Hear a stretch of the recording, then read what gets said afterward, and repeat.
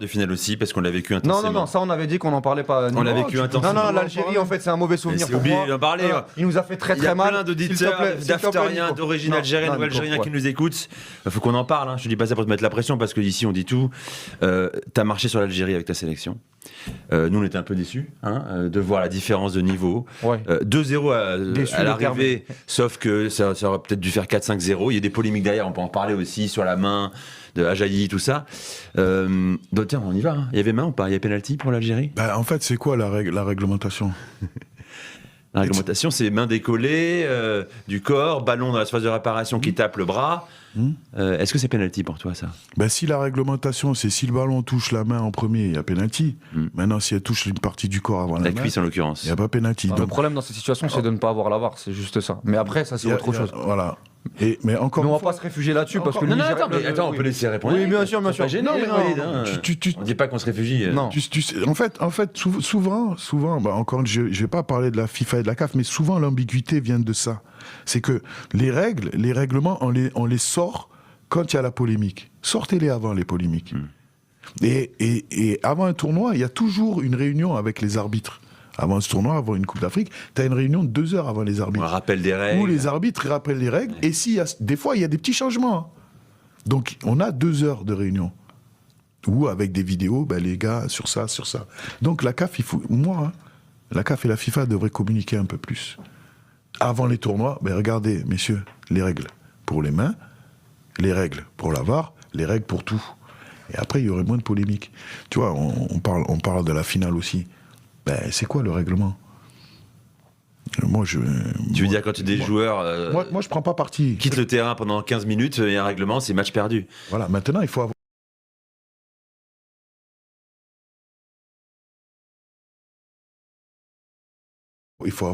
entre guillemets, il faut avoir les coronets de... Pour le courage. À ce moment-là. Et il y a une autre règle, il n'y a pas grand monde qui le sache, mais moi, je suis joueur de foot, je sors du terrain, je vais chercher une bouteille d'eau sur le banc, je bois, j'ai carton jaune. Ouais. C'est-à-dire que quand je sors délibérément du terrain, j'ai un carton jaune. Ça, on n'en parle pas. Donc, quoi qu'il arrive, il y a des décisions à prendre. Mais pour prendre les décisions, il faut connaître les règles. Et les appliquer, c'est ce que tu es en train de dire. Bien sûr. Si elles existent, il faut les appliquer, que ce soit sur la main ou pas main, sur le Sénégal qui quitte le terrain, tout ça. Comme ça, stop, on arrête toute polémique. Oui. Voilà. Donc, non, moi, j'ai de la chance. J'ai de la chance parce que contre l'Algérie, ils auraient pu siffler la main comme ils ne l'ont pas sifflé. Donc moi, j'ai de la chance. Mon équipe a de la chance sur ça. Maintenant, on a mis les ingrédients. Voilà, c'est ça. Bien sûr qu'on a mis les ingrédients. Ça aurait pas changé. C'est le débat qu'on avait avec les supporters des Fennecs. Sur le match, il n'y a pas photo. Après, il y avait combien à ce moment-là? Il y avait 0-0. 0-0. Après, ça peut changer peut-être mentalement, etc. Mais la réalité, c'est que derrière, il y a eu une leçon footballistique. Non, à ce niveau, tu mènes 1-0 en quart de finale. Peut-être que le match, il n'est pas la même chose. Même si toi, bien sûr. Moi, je sais que je vais rester dans l'approche tactique que je veux. Mais après, c'est... Mentalement, les deux équipes sont différentes. Mentalement, regarde, l'Algérie, au lieu de baisser d'un pied à chaque minute, là, ils vont monter à chaque minute parce que finalement, ils mènent 1-0. Et tu sais très bien que quand tu joues contre l'Algérie et que tu perds 1-0, c'est eux qui ont la maîtrise du ballon. Bien sûr. C'est eux qui ont la maîtrise du ballon. C'est eux qui vont maîtriser le match. Parce que moi, j'ai eu la chance d'entraîner 6 mois en Algérie. Donc j'ai encore plus découvert le footballeur algérien. Je sais que c'est un joueur technique. Je sais que c'est un joueur qui veut faire tous ses exercices avec le ballon. Je sais que les supporters algériens, ils prennent leur pied quand leur équipe, elle garde le ballon. Donc moi, je sais que je vais avoir une équipe en face, mais techniquement, si je les laisse jouer, on va prendre la foudre. Tu vois ? Donc moi, je prends parti de leur mettre une intensité de malade. Et en plus, t'as les joueurs pour aussi, quoi. Athlétique, intense, dans le pressing contre pressing. T'as ce qu'il faut. Voilà, donc je prends ce parti-là. Et je me dis, après, quand je vois j'en parle. Vous me faites parler. T'es venu pour ça. Je suis un bon client, en fait. Oui. On pourra couper si tu veux. En fait, la composition, pour moi, quand je vois la composition, je dis, c'est bon, on va encore plus mettre d'intensité. Ils sont morts. Dès que t'as vu la compo, tu t'es dit, ils sont morts. Par exemple, qui ça? Pour moi, s'il y a Bounedjah, c'est pas la même. D'accord. Parce que en ayant Bounedjah, c'est pour sortir d'un pressing, il y a pas 36 choses. Hein. C'est soit tu sors techniquement une touche, ou soit paf, tu mets un long ballon et tu as ton attaquant qui cale les ballons et qui fait remonter le bloc. Voilà, donc moi je vois pas Bounedjah, j'ai dit oh, c'est bon, les gars, mettez encore plus de pression. Et est-ce que tu étais encore plus surpris de ne pas le voir à la mi-temps, à 0-0? Joker. Parce que nous, en fait, notamment en émission, j'ai trouvé ça après, il y a une dramatique comme gestion. Il entre à la 60e, je regardais Bounedjah. Parce que c'est un miracle pour l'Algérie d'être à 0-0 à la mi-temps. T'as Akor Adams qui rate une occasion énorme, t'as des énormes situations du Nigeria, et même avec ce score-là à 0-0, il n'y a aucun changement de la part de l'Algérie avec Petkovic. C'est ça, moi, ça m'a mis hors de moi. Ouais, je pense peut-être qu'ils pensaient qu'on allait baisser de pied.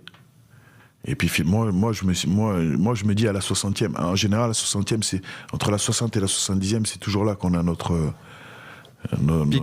pic, qu'on descend physiquement. Vous commencez à descendre. Voilà. Et puis finalement dans ce match on a la première situation de la deuxième mi-temps, but. Voilà. Et puis non, moi je me dis peut-être ils pensent qu'on va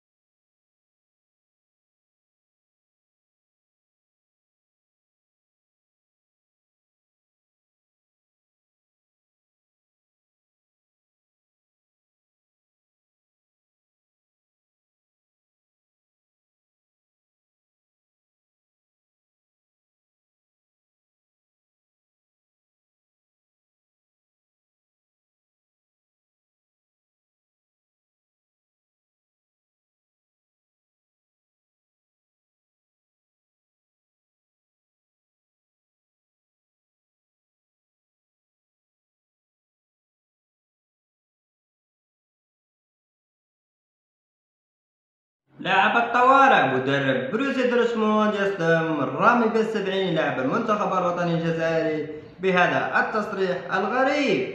تعرض رامي بن سبعيني مدافع منتخب الجزائر ونادي بروسيا دورتموند لصدمة غير منتظرة بعد تصريحات مدربه نيكولو كوفاتش بعد مباراة فريقه أمام فولكسبورغ يوم السبت في البوندسليغا، عندما ترك الانطباع بأن اللاعب الجزائري هو حل طوارئ أكثر من أي شيء آخر في المرحلة الحالية. خريج أكاديمية باردو الجزائري السابق يلعب موسمه الثالث مع نادي بروسيا دورتموند الألماني. عرفت مسيرته مع فترات صعود وهبوط بدرجات متفاوتة، ورغم مرونة اللاعب الجزائري في التكتيك وقدرته على اللعب في مركزين مختلفين في الدفاع، إلا أنه يعاني من دكة البدلاء. وعلى عكس موقفه غير الثابت مع النادي الألماني، يتمتع نجم نادي ستادرين الفرنسي السابق بصفة اللاعب الأساسي الغير قابل للاستغناء عنه في المنتخب الوطني الجزائري منذ سنوات طويلة، حيث يلعب الآن في مركز قلب الدفاع إلى جانب عيسى ماندي. وتردد اسم المدافع صاحب الخبرة الكبيرة في كرة القدم الألمانية بشكل كبير خلال الميركاتو الشتوي الأخير، حيث جرى الحديث عن اقتراب رحيله من بروسيا دورتموند نحو وجهة فرنسية أو تركية، لكن اللاعب الجزائري فضل تأجيل هذه المأمورية. لكن اللاعب الجزائري فضل تأجيل هذه الخطوة إلى بعد المشاركة في كأس العالم. وتحدث نيكولو كوفاتش مدرب بروسيا دورتموند عن وضعية رامي بن سبعيني خلال الفترة الأخيرة، وأكد في تصريحات إعلامية بعد مباراة فريقه بروسيا دورتموند ضد فولكسبورغ الذي انتهت بفوزهم بهدفين مقابل هدف أن المدافع الجزائري يعد خيارا بديلا بالنسبة له. عندما تحدث عن مشكلة تعويض المدافع نيكولو شوبيك في المباراة المقبلة في البوندسليغا بسبب الإيقاف، المدافع البالغ من العمر 30 عاما اكتفى بالأدوار الثانوية مع بروسيا دورتموند في الدوري الألماني مؤخرا، حيث شارك بديلا لمدة دقيقتين فقط خلال المباراة الأخيرة أمام الذئاب، الأمر الذي أثار قلقا الجماهير الجزائرية بخصوص جهوزيته مع الخضر للمونديال المقبل. نيكولو كوفاتش أشار صراحة إلى المدافع الخضر كبديل ممتاز في خط الدفاع، فرغم أنه لم يشارك إلا في دقائق معدودة أمام فولسبورغ، إلا أنه يحظى بدقة المدرب الكاملة، حيث قال مع رامي: لدينا لاعب أسعر قدم أداء رائع عندما كان شيرلي بيك غائبا بسبب الإصابة طويلة الأمد. وأشار المدرب الكرواتي إلى التناغم بين اللاعب الجزائري ولميدا أنطوا ونيكلاس زولا في خط الدفاع، لكن المشكلة الرئيسية هي أن كوفاتش ينظر إليه كلاعب بديل أكثر من لاعب أساسي بامتياز، والوضع الذي لا يخدم مصلحة الفنية للمدافع الخضر. سيتم وضعية المدافع الجزائري مع أسود الفيستال بالغرابة بعض الشيء، فرغم تألقه في كل مرة يتم اللجوء إلى خدماته، إلا أن ذلك لم يشفع له لدى المدرب نيكولو كوفاتش الذي يعيده في كل مرة إلى دكة البدلاء، ما جعل الجماهير الجزائرية تطالب السبعيني بالرحيل عن بروسيا دورتموند في أقرب وقت. والله بروسيا يعني رامي بالسبعين إن شاء الله يلقى حل، ستكون له فرصة كما قلنا، يعني سوف يعوض شتود بيك بسبب الإيقاف، وإن شاء الله يبين روحه، وبإذن الله عاد ينتزع مكانته الأساسية في بروسيا دورتموند. في الأخير ما بقى علي أن أقول لكم لا تنسوا أن تدعموني بالاشتراك واللايك وتفعيل زر الجرس ليصلكم آمازل عمل 3 فيديوهات. السلام عليكم.